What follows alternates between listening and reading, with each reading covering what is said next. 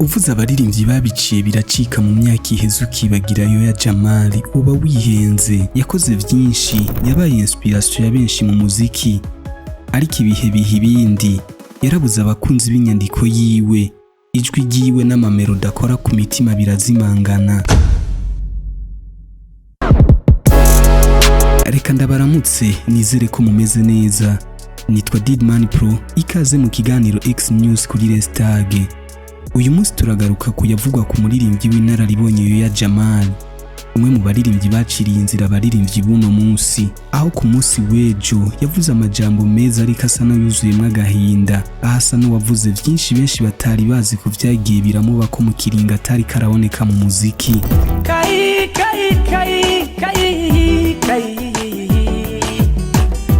usa n'utababaye ivy'abandi bashima, usa n'utanezwe ivy'abandi bipfuza, ko bari kamereka canke urafise impamvu zikubuza.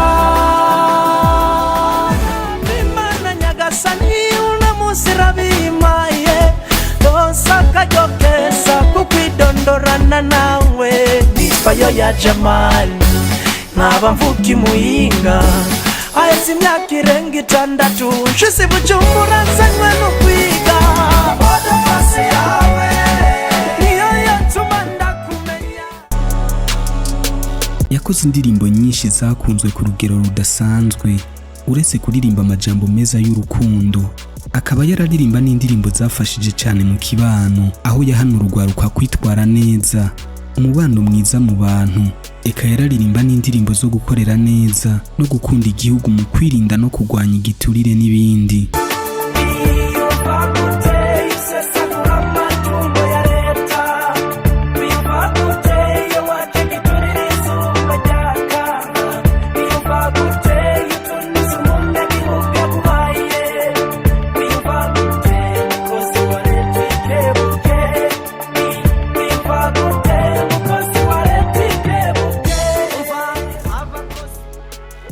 Inyuma yo kuja mu gihugu c'Ubwongereza kubandanya amashure, yavuye yimurirayo n'umuryango wiwe, ubuzima burakomeza, ariko yo yakomeza kubura cyane ku bakunzi biwe mu muziki.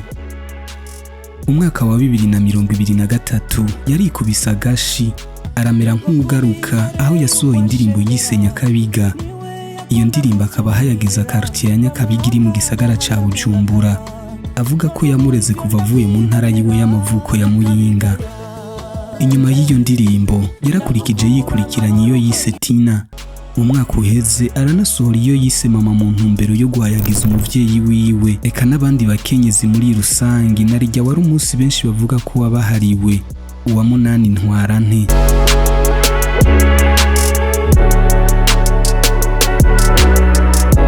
Ku munsi w'igenekerezo rya 12 Ndamukiza, uwo muririmbyi akaba yararamutse ahimbaza isabukuru ryiwe ry'amavuko, aho yashikirije amajambo adasanzwe anezereye ariko yuzuyemwo agahinda, kuko yashize ku mugaragaro vyinshi benshi batigeze bamenya.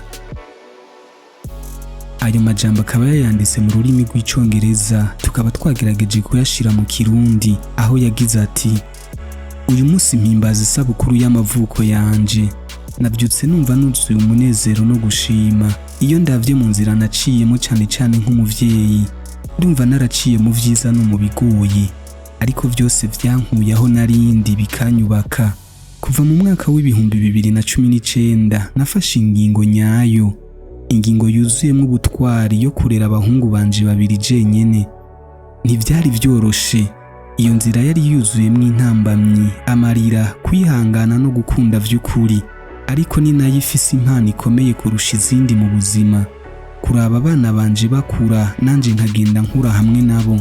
Iyo mvyiyumviriye ndasenga, nifuza ko buri muvyeyi yobona amahirwe yo kugira umubano nk'uwo udasanzwe n'abana biwe, ariko koko ivyo byose vyari bifise agaciro. Nahuye n'ukuri guteye intimba, sinashobora guhagarara neza ku nshingano zanje zose, umuvyeyi n'umuririmbyi carimwe.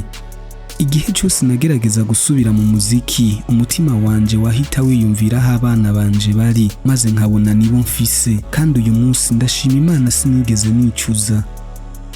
ndazi ko hari abanshigikiye ariko bashobora kuba baracitse intege igihe nabura mu muziki. Ndabibutse ko mbabaye gose ariko ndashaka kubamenyesha ko ntigeze ndeka indoto zanje. Umuziki ntiwigeze umvamwo. Ubu ndasubiye, ndahari, ndahagaze, nasubiye muri studio ndi gukora ku maproje mashasha.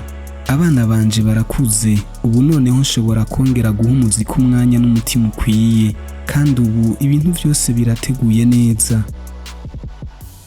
Ntituzosohora indirimbo n'imwe tudafise n'imiburiburi indirimbo 10 zaheze, zikozwe mu buryo butandukanye, amasitiri atandukanye kandi zose zivuye ku mutima.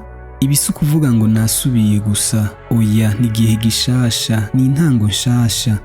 Nta guhagarara, nta kudidinganya. Ndacari mu rugendo, ndaciga, ndacakorera indoto. Ariko uyu munsi ndizeye uru rugendo rushasha uko nigeze kubikora mu buzima. Mu by'ukuri haheze hafi imyaka 10 kuva mva mu gihugu canje c'amavuko Burundi. Nkumbuye iwacu bikomeye, ndota gusubirayo, ariko ntabwo nifuza gusubirayo nk'ugiye kuruhuka gusa. Ndashaka kujanwa n'umuziki wanje nkongera kuririmbira iwacu. Mwarakoze mwese mwambaye hafi, mukanyihanganira, mukankomeza n'igihe nari ncecetse ntavuga. Urukundo rwanyu nirwo rwanyeretse ko ntari jenyene. Uyu munsi ndawaharira iterambere, umuziki n'ejo hazoza heza. Bivuze mbikuye ku mutima, ndabakunda. Mbega n'igiki wovuga kuri iyi nkuru? Ntiwibagire kudusangiza icyumviro cyawe muri commentaire. Mwari kumwe na Didman Pro. Ndabakunda cyane, ariko ndakwibutse gufyonda like hamwe na subscribe maze tuze duhure mu kiganiro cy'ubutaha.